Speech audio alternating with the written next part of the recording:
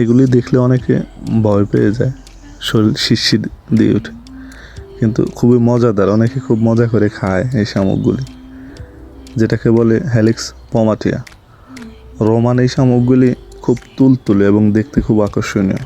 বাংলাদেশে যেটা হয় এটা আরও কালসে এবং দেখতে অতটা নাদুস নদুস না।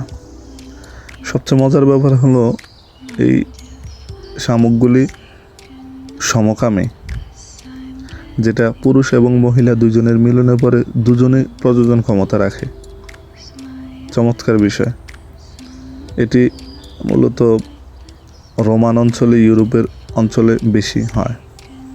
এই শামুকগুলির জীবনকাল সর্বোচ্চ 20 থেকে 22 বছর পর্যন্ত বেঁচে থাকে। দেখতে আসলে খুবই সুন্দর।